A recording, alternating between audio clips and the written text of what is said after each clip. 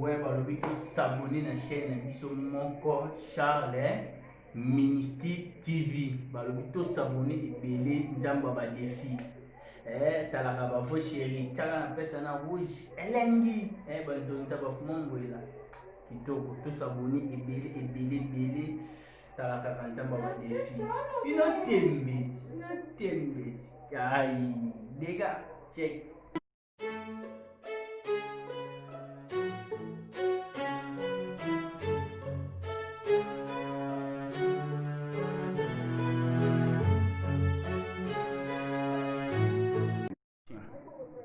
Oui, bonjour, bonjour. Ça dépend de l'ère dans laquelle vous me suivez. C'est bien moi, votre serviteur. Si ce puissance, babi toye lisusu, le loto solaka ndenge ezalaka vraiment. To solaka ndenge ezalaka donc napesi no bambote, ba nyonso bazolanda ngai. Mon entier mobimba. Bolandanga malamu, boyoka vraiment message et surtout de vous abonner sur notre chaîne YouTube Charles Ministry TV. Abonnez-vous au max, vraiment 100%. Bobosana pour commenter, bobosana pour liker et surtout de partager nos vidéos. Et ça la biso bien vraiment, même si vos critiques, et ça la toujours bien et puis ça la biso sous les ici.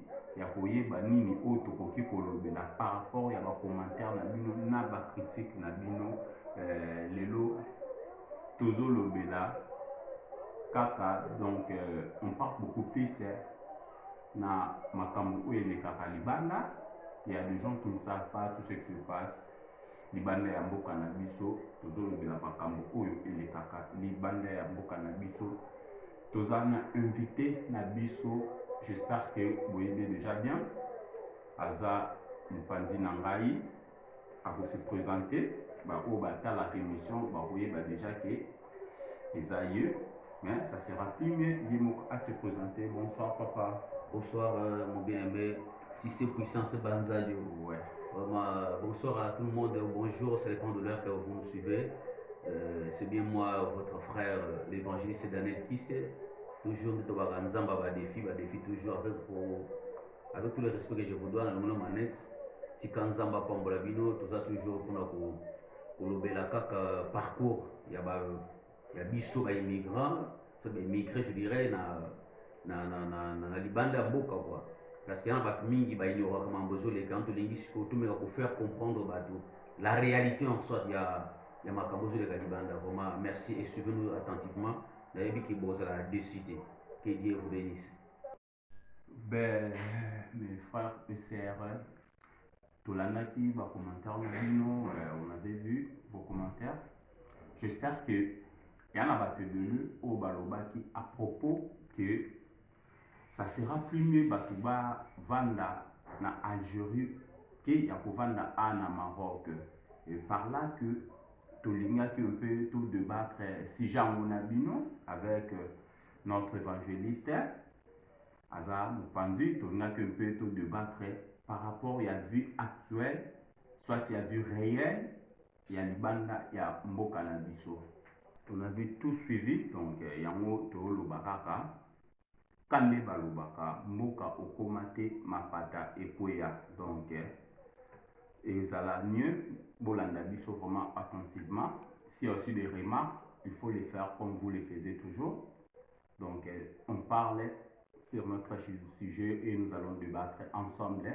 J'espère que nous allons débattre à propos de vos commentaires na bino na oyo biso tozo lobela bino. Bonsoir papa, j'espère que n'a pas ça que déjà beauté.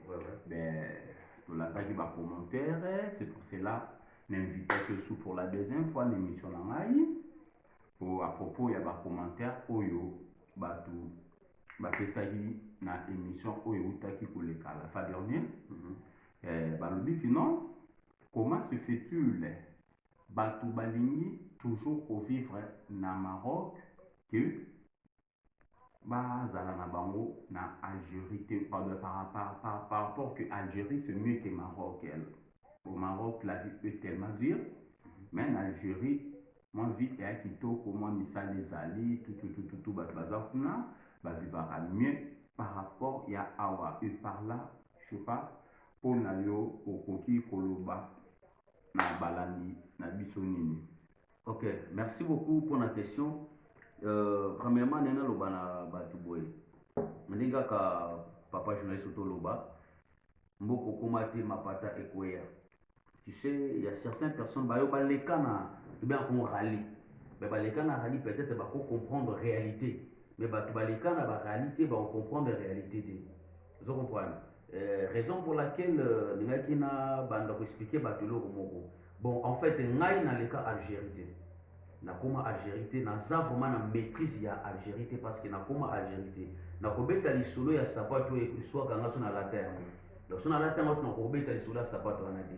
Donc voilà on va que non naza ma mieux placé ya ko pour Algérie, mais du moins nakomeka ko expliquer na bande ko loko moko. Il y a certains ba frères na biso, ba confrères na biso baza na Algérie. Balobaka na biso l'Algérie est plus pure que le Maroc. Ouais, idem que genre que le roi Ngaï, moi je passais par l'Algérie parce que j'ai vraiment un bon réaliste, n'a eu souffrance en zéla, n'a traversé à 2 heures à Sahara, donc il y a facilité pour traverser 2 heures à Sahara. Donc c'est pas du tout facile, donc vu que nous avons bazala na biso, il y a un et ça là que tokoma ti na destination ya Algérie parce que soko ti na kati ya désert ya Sahara tant que soko ta na kati ya désert omona ni gauche ni droite kaka nde tomonaka mer Méditerranée ezalaka nde pe désert ya Sahara ezali genre que eux-mêmes les Algériens babunga na kati ya désert babungaka vraiment des fois batambola na boussole pe oke tromper bango babungaka mais eza que nzambe nini tasalaka biso grâce pour tout bima ti na kati ya Algérie parce que moi je il y a des gens où va perdre la vie na bango na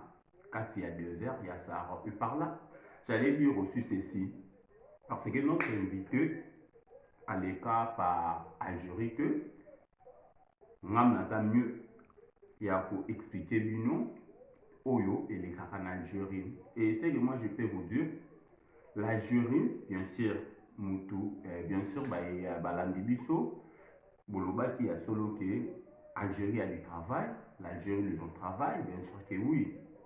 Là, nako yo a torté, oza na totalement raison. Algérie il y a du travail, mais en Algérie, tu souffres trop de stress que dans Maroc. L'Algérie, il n'y a pas la liberté. En Algérie, comme nous vivons en Algérie, si tu te badades en cours de route, tu verras comme si un pays, il n'y a pas de noirs. Comme s'il n'y a pas de noirs. Donc tu verras aucun noir circule dans ce pays. Mais sur le chantier, et par là que tu vas t'étonner, tu diras que mboka oyo ba noir bazande belé boy. Donc c'est-à-dire en réalité le racisme et ça la ramacasse n'a par rapport au Maroc. Bon. Racisme parce que pour moi ce que je peux dire monde arabe tout entier il y a des pays arabes bala toujours ba raciste ba pays arabes nyos baza ba raciste ko banda na Algérie ko banda na Libye ko banda na Tunisie idem que du Maroc parce que racisme au Maroc est un peu voilé donc ils sont un peu voilé et mon en a formaté hein genre et tous sont des racistes ben so, comme le roi en Algérie, le roi du Sud va dans la chantier, on travaille quand même pour gagner notre argent comme il faut. Mais durant la journée, tu as à l'aise. Pendant la journée, tu as à l'aise. De ce qu'à 6 heures d'études, tu travailles, mais tu n'es pas à l'aise. Pour ça, nous sommes mais on est à l'aise. Parce qu'à partir de 6 heures, parce qu'en Algérie, arrestation, ça se fait tous les jours. Tous les jours, comme je dis, tous les jours, il y a les gens qui sont passés par l'Algérie. Ce n'est pas du maçon, moi je dis c'est vrai et c'est réel. C'est vrai. Arrestation, ça se fait tous les jours. Donc, il y a beaucoup de chantier en plein travail. Côté la bino. là où bamonaki ba noir baza telle place ba noir ba na niveau ba Malgré noir tout ça. malgré tout wana musala et jacques soki bakangi yo OK refoulement tango ke refoulement moko akoti kote nde awa na Maroc ezalaka na bamoma refoulement peut-être bakangi yo ja bakoki okango na Rabat bake batiki yo na ville moko quelconque. Donc il y a aussi des possibilités à revenir sur place yozala. Mais en Algérie c'est pas comme ça. En Algérie tabakangi yo okoki kosala 3 jours pour okoma désert ya Sahara. Donc désert à Sahara maintenant tant toyaka désert toyaka la préparation na biso tebi qui était na okata désert il faut na se préparer en conséquence. Na se préparer en conséquence na kosomba peut-être ba mai na ngai na kosomba ba bombo na énergie moi ba biloko wana moi mwamba pour na énergie pour kango mwanzala. Maintenant tamba refulaka nyonso wana ezalaka te. Genre il va occuper sur ma bouteille à un peu d'eau tout maintenant ce qui est à un moment moi c'est plus pire encore parce que bon on va comme dans le désert batiki bino. Donc en bref on nous dit que l'Algérie et le Maroc il y a une grande différence. Il y a une malgré les gens disent qu'en Algérie il y a le travail, il y a ceci, il y a cela, mais moi je dirais les gens sont tellement stressés. Ok, donc je vais répondre à la question que tu m'avais posée. Maintenant on va revenir au Maroc. Vous comprenez? Donc on va revenir au Maroc. Le Maroc ils ont ndenge batu bakanisaka ngo te parce que oui batu so balobaka ke non ndenge na l'année la commentaire monde moi bakete ça la courage ko taper na mai. Donc c'est-à-dire là tu nous pousses à aller encore plus loin, il y a beaucoup fali sous parce que mai ngozo me la batu et tu dis que non ça la makasi au côté na mai. Oui ko côté na mai ça problème té mais problème au côté na mai ils ont eloko moko faut za na mbongo. Est-ce que biloko batira na mai ça gratuit? Non. Mais il faut qu'on ait la maille au tambon. Donc tout cela ça compte. J'aimerais que nous puissions voir vidéo qu'on a filmé qui batu au bazar na nzela beaucoup mona comment est-ce que batu bazo souffrir na Maroc. Pourquoi bazo souffrir? Non parce qu'on appelle ça mettre faute na comment dire nos confrères marocains. Mais la faute vient de nos propres dirigeants. Parce que si nos pays batu qui malam na limité que trop comme à niveau haut. Si le Congo était vraiment un président malam, ce qui l'a tout cela, ça dit qu'il va s'organiser. Pourquoi les gens fuient au Maroc? Le monsieur dans le commentaire avait dit que le Maroc, vous savez que c'est un pays où même le Marocain pour travailler c'est difficile. C'est difficile, bien sûr. Oui, alors pourquoi on va aller dans le canabinoté? Je comprends. Pourquoi on va dans le canabinoté? Vraiment, j'aimerais vous dire une chose. Mutu moko te alinga kotika sanyama papa ke loka mukoko na papa ya voisin azate. So maman dans le cas azuka mukoko na papa ya voisin c'est que pana bango eloko ezate. Soit dépend na bango papa na bango za motema be makasa moi que non mieux voilà que bango ko pa na ndaka voisin que na sala isika on azumo na passe. Nous les subsahariens nous souffrons dans nos pays. C'est ça qui fait que les noms bandi bango kufa. Ya bi to dans la vidéo moko na te ko poster beaucoup mona comment est-ce que batu bazo souffrir. C'est un endroit étroitement surveillé par la police marocaine. Pour s'y rendre, il faut se munir d'une caméra discrète. Après 1h30 de marche, nous découvrons ces campements de fortune en pleine montagne. Ils sont des centaines, voire des milliers. Ils n'ont qu'un seul rêve, passer en Europe. Un jour viendra, on va franchir les 3 barrières, c'est sûr. Ici, là. Le bonheur se trouve là, là-bas. Juste en dessous, voici Melilla, un décor de carte postale, un confetti espagnol de 12 km² en plein territoire marocain. Une enclave séparée du Maroc par cette triple barrière grillagée, 11 km de long, 7 mètres de haut.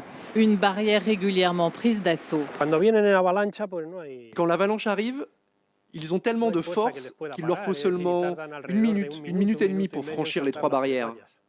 Des assauts que les migrants préparent parfois pendant des semaines. Sur ces images, filmées de nuit par la Guardia Civile depuis un hélicoptère, en file indienne, ils descendent de la montagne. Puis à l'approche de Melilla, les groupes se rassemblent et se ruent vers la barrière. Ils doivent traverser un fossé construit par les Marocains pour les retarder. Il y a ensuite 3 grilles à franchir, parfois hérissées de barbelés. D'autres tentent de passer par le poste frontière dissimulé dans les voitures. Il y en avait un dans le tableau de bord. Y aquí venían dos. Es decir, estaban sentados. Puis 2 autres dans les sièges. Regardez ça. Des migrants prêts à risquer leur vie pour entrer en Europe, comme celui-ci, caché dans le pare-choc arrière d'une voiture. Il a frôlé la mort par asphyxie, mais s'en est finalement sorti indemne. C'est un miraculé. Bon, j'espère que vous venez de suivre notre vidéo que tu posté les binos. Ouais, bah, aux frontières, il y a Melilla. Donc, les gens, bah, va traverser l'Espagne à Makolo. Donc, j'espère qu'ils ont capé facilité. Il y a des obstacles où ils ont la canne à vue. Bah, tu nous souviens qu'à Espagne, des fois, à Boukani, à Zoki, tout. Donc, il y a plein de réalités. Il y a plein de réalités dans le Maroc. La réalité est j'espère que notre invité est là pour intervenir et pour vous expliquer les conséquences oyo ezalaka kuna pe na avantage oyo ezalaka na frontière na biso ya Melilla.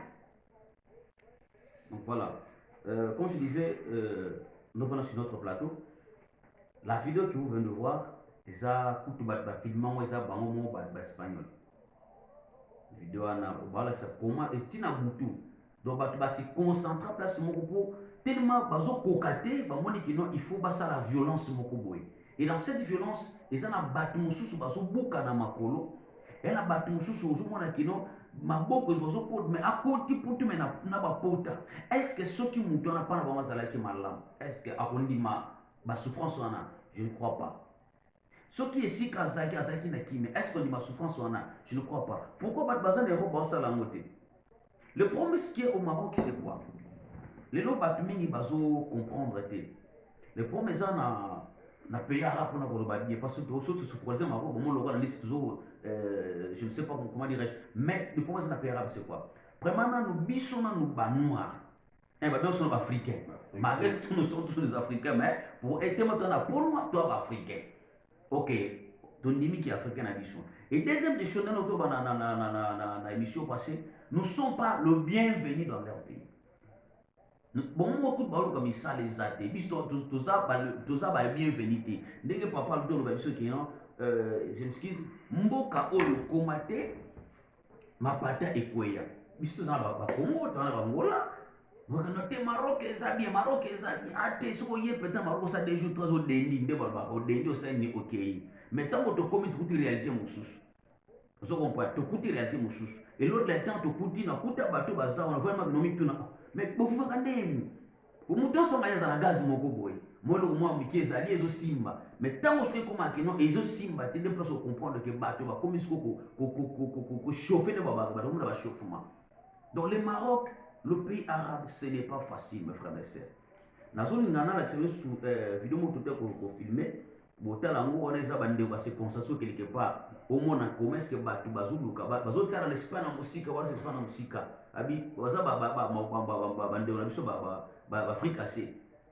Même si aujourd'hui je ne passe pas, mais demain je vais passer. Je vais expliquer comment Mboka na bango eza passe. Nous avons grâce à ça, il y a des réalités qui sont pour comprendre qu'est-ce qui se passe au Maroc. Mais sans oublier qu'au Maroc, dans Melilla, il y a des gens qui font peut-être 1 année, 2 ans, à ça 2 ans, justement pour la tentative. Mais 2 fois, à tenter 10 fois, 15 fois, 20 fois, mais eux marchent eux. Mais par contre, ils peuvent refouler à plusieurs occasions. Mais à cause de la place, parce que Azana objectif quelconque. Il faut aller à objectif final. Donc c'est ça. Suivez notre vidéo. Donc voilà quoi. Les bons mon abino moko. Donc il y a le cola soda. Donc il y a bazan à fond. Pour vous dire que tout ce que nous disons ici c'est la réalité. Donc tu as la vie à battre. On vient plus difficilement. Juste parce qu'on recherche voilà un peu ça. Donc l'euro, un passage pour l'euro. Avoir des conditions de vie meilleures. Bon, sinon, elle ne plaît pas la vie. La vie au Maroc, elle ne plaît pas. Mais on se bat pour pouvoir avoir ce qu'on peut, pour pouvoir aider nos familles. Nous on connaît les positions de nos familles. Nous on connaît comment nos familles vivent au pays. C'est pas facile.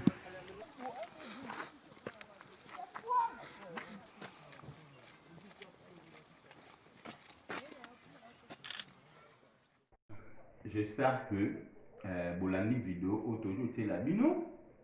Vous avez bien suivi la vidéo. Donc, Neto le baraka, toi n'a pas ça bas commentaire.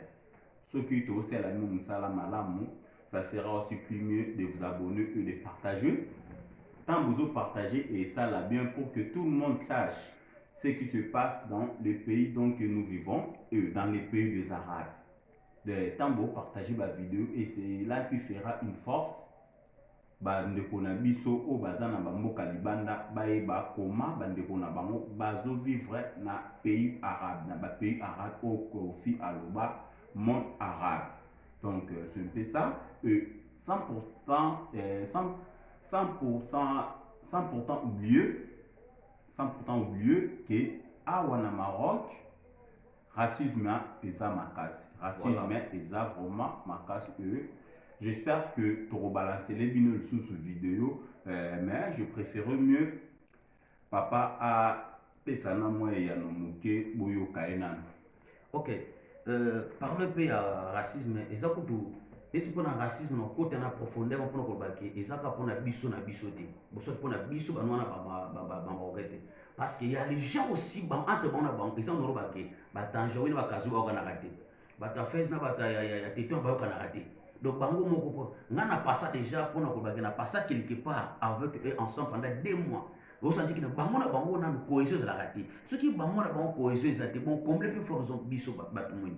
Et puis de biso batu mwina kati ya mboka oyo ndemba tutalo bienvenue te soki bamoni na wenzi babi kino mutu mwina na chumba bien po biso ngaka oza ovandi mage pasi me olingo me kuma fise pas to pesa baniso bazate moi chumba te za poso na bande kono basa exemple na Europe poso na ba chumba koni ego simba te il faut Android ko mundibu likambo bingi Android ni ko enemi na e donc so ba mona Android niveau ko betela ko boto na wondima te bamususu kutu na debi ndeko mona na batobole lisu oui zompa atoboka lisu pona likambo telefoni na ye mususu bakate poto ondima te pona yango ok na mbila pe boya na Italie et surtout ça dans la papier mais c'est de la merde là donc parce que la police va te dire que non yo ko funda ndeko est-ce que tu as le papier wana papier te mena ko suka donc c'est du coup téléphone il faut qu'il du coup si tu étais blessé si tu étais tombé victime donc nous ce qui est perte batu ko mande ko mwana mboko na raba kuna kaka ni téléphone donc pour mona kinoto mamtoso ba eza fondé bona no vidéo o ya raba comme ça to kozonga poto donc à la profondeur des choses suivant cette vidéo bon to kozonga na plateau. C'est derrière ces grilles, à la gare routière de Rabat, qu'a été assassiné un jeune migrant sénégalais le 12 août dernier. Il vivait dans ce quartier populaire, à l'est de la capitale. Ici, comme dans d'autres villes marocaines, les migrants venus d'Afrique noire sont victimes de violences quotidiennes. Je suis sorti pour aller faire une course et j'ai vu 3 hommes, 3 Marocains. Ils m'ont attaqué avec un couteau. Ils ont pris mon téléphone et de l'argent. Kingsley s'estime chanceux de n'avoir reçu que de légers coups de couteau, mais il dénonce un racisme omniprésent. On est confronté à beaucoup de racisme au Maroc. Les gens ne nous aiment pas, nous les Noirs. Beaucoup de choses nous sont interdites. Tu ne peux pas t'asseoir à côté d'une femme, tu n'as pas le droit de lui parler. Quand tu es noir, tu ne peux pas travailler, même si tu as les qualifications, même si tu es capable de faire un boulot. Au Maroc, tu n'as pas de travail quand tu es un homme noir. Un sentiment de discrimination partagé par les autres migrants. Ils nous appellent des singes, alors que nous sommes des mêmes pieds d'égalité. Nous avons le même sang rouge qui coule entre nous. Et quand nous marchons, même les femmes, elles crachent. Pour les associations antiracistes, la politique discriminatoire du gouvernement marocain envers les immigrés africains donnerait une certaine impunité à la population. J'espère que Bolandi sous vidéo autouti pour balancer le bino. Donc tantôt balancer ma vidéo, ça vous dit quand même quelque chose. Et le Belamino Komoko, donc vous voyez très bien que on n'a pas ce l'air du mensonge. Donc nous respirons la sincérité. Donc il y a le côté amoroté toye sabino ezawana. On est sur le balabino eza réalité eza oyo biso tozovivre eza oyo bandeko na bino bazovivre na mboka ya Maroc. Je parle donc, je vois comme si nous chutons vers notre émission. Ben, ce que papa aza vraiment na likambo ya koloba to ya kobakisa akoki kobakisa vraiment. Donc c'est quand même plaisir abakisa ya biso le roman. Ouais, ndeko Cissé Puissance, je crois que merci vraiment pour na oza likanisima malamu eza pour na kolamusa éveiller l'esprit ya bato. Po bato mingi bazo comprendre te. Makambo zo lekela bandeko na bango na mboko tozali. Raison pour na ba ke te to sala na no télé réalité moko to ke ma to sala en direct. To la kisa bato tala ndenge makambo ezoleka. Bomona bato so na kati hiver abat bozo na la libanda baza ebele. Vous comprenez? Donc si tu ne prends pas le soin de ton proche, donc la Bible dit que celui qui ne prend pas le soin de sa femme, il est plus qu'un païen. Donc c'est-à-dire tu dois comprendre que n'abîmer ça quelque part, n'attire quelque part. Donc peu importe le problème, l'ongole dans les sika zali au commissaire des sika au prométaillé. Par là que ce que vous dites, parce qu'il dit que non, il va se débrouiller. Mais que l'ongola mutotike ne sangaye moko, et sika bankosi bazali, et sika bangando bazali, comment est-ce qu'il va survivre? Et ça n'a pas de bébé, au Maroc, et ça été malade, je me souviens à Nzambalola, il y a un frère tout au père de frère mon arabe, frère Anna, à l'élan pour Nabima, on appelle ça un bon, mais jour à Liwanaï, il y a 5 000, 8 000 euros, 20 000 pardon, euros, pour une maison à qui va pour des bébés. Mais pour nous traverser, il y a moins à 8 000. Je comprends, tout ça, ça fait mal. Et au moins, comment il y a un Maroc, ce Maroc a couvert la peau de Robert Tabino. Pourquoi? Parce que vous avez négligé Batou, mais tant que vous avez fait un versas, vous avez fait un cher, vous avez fait un bon bois, vous avez fait un poto. À la quoi sert vous? Aimons-nous vivants. Donc tant que vous avez fait un bon bois, vous avez fait un bon bois, vous avez fait un hôpital, vous avez fait un poto. Vous avez fait un hôpital, mais ils ont si maté. Mais juste cela coûte moi, associé au président Gilbert, pour en vendre un danger, très là, le président Gilbert, si vous avez fait un poto, non, les personnes sont bonnes, tout est famille à monter, mais tout est comme que tout le monde peuple a souffrir, et ça n'a pas congolais, nous sommes pas subservés. Donc, tellement peuple a souffrir en qualité d'un homme de Dieu, en qualité d'être un Africain, soit un immigrant, un peu comme Bango. Donc, et ça, ils sont passés. Il y a que celui qui est fort soutient ceux qui sont faibles. Et nous, qui sont en bon, on a bien en bon côté. Surtout, toujours moyen, mais quand même, tout ça, les sangawana, pour tout le monde qui a niveau de santé, mais il y a relié. Et tout le monde qui a se poser dans ce que moi, j'ai monté dans un traitement. Donc, quand il y a des documents, dossier quelque part monté dans un traitement. Mais ça va être beaucoup de négligence, de frère, il y a frère, il y a papa, il y a maman, toujours qu'on a été bien. Si vous avez ça, vous pouvez beaucoup de comment. Vous comprenez? Donc, tout le monde a été koufi. Après, si on te dit que non, mes frères, mes sœurs, mes chers frères, mes chères sœurs, Congolais, Congolaises, Angolais, Angolaises, Camerounais, Camerounaises, tous les subsahariens, partout dans le monde où vous nous suivez à cette heure-là, je viens vous interpeller. Je viens vous dire qu'il faut prendre soin de vos familles. Au Maroc, soit ici, là où nous sommes, ce n'est pas facile pour vivre. Ce n'est pas du tout facile. Mes frères, mes sœurs, vraiment, prenez ça en considération. Vraiment, comme je disais, que ça est là pour tout ça, la moté, pour tout le Cambongo, non. Mais tout ça, pour la sunga bandeko, la mukananu, tout la musabati musus, na makambo sur les canabamboko to vandi. Donc, Nzambalo la apambola biso. Merci. Bon, nanga loba que tu sais, boyebi, auto bengara vie, auto passara awa. Aventure. Donc l'aventure c'est pas facile. T'as de bien en aventure par rapport que y en a batté belé, bandeko belé au bazali banamboka, ba comme ça bandeko na bango ba aventurier na ba pays ya ba pays ya clandestinage. Ba comme ça bango ba aventurier par rapport à nini. Donc bimisa moto sunu là au qui pareil li sous-souté. Ben, a passé peut-être 20 années en espoir que non, qu'il pleuve, qu'il neige, alors qu'il n'est pas tout. Mais l'homme de l'immissaire au sundo là, il vient et les cas il y a d'autres histoires pour le mélange, peut-être dans l'émission Oezoya, ça sera encore plus mieux. Donc pour aujourd'hui, na monique to sukina nuana. C'est pour ça que tu battu. Il y a des gens qui font la thème sinon de wana bimatika stade de martyr. Atika stade de martyr. Mais moi je vis. Si vous raisonnez, Atika et Stade de Marseille, c'est pour cela que je viens de parler. À vous fait qu'on a 2 ans passés. Et ça, à la prochaine émission. Et pour mieux comprendre ce qui se passe, na bamboka oyo biso oyo bandeko na bino ba migrants donc vous allez mieux comprendre ça. Maintenant nous sommes à la fin de notre émission vraiment. Na sepeli ndenge bolandi biso bo s'abonner surtout et l'on a betela c'est abonnement bo s'abonner vraiment et ça la biso plaisir il y a trop. Je sais pas ceux qui Papa Azana Batu Akoki ko dédicacer justement pour 1 minute, ça peut être aussi mieux. Vraiment dédicacer Batu.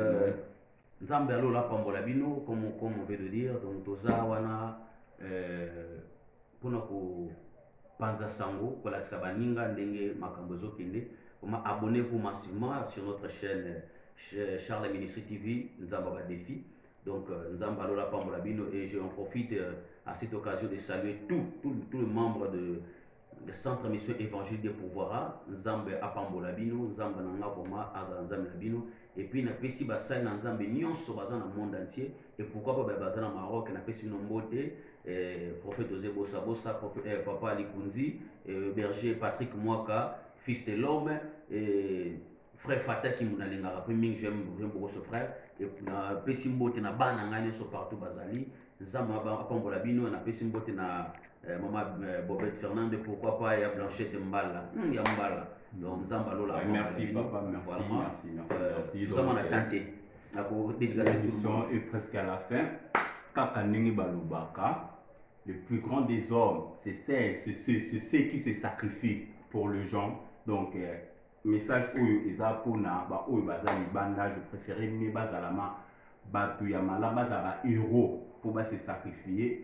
pona ba charge na bango batika na kati ya bamboka libanda na pesi bino nyonso mbote ba landi biso vraiment je vous salue na lingi bino mingi tozala bomoko tozala même deux pour soutenir biso. Et surtout pour commenter, s'il y a des critiques, surtout, et là, on va commentaire, critique, partage, pour partager, critique, pour critiquer, et que vous allez bien à la prochaine occasion. On a appelé ça aigle du ciel, na kati ya Hollande, Nzamba Pambola yo. J'ai trop yombe azon fumu ya batete là, les caméramens, wababi qui m'a beaucoup ndé ya or. À la prochaine occasion. Et tout la prochaine occasion, et que Dieu vous bénisse.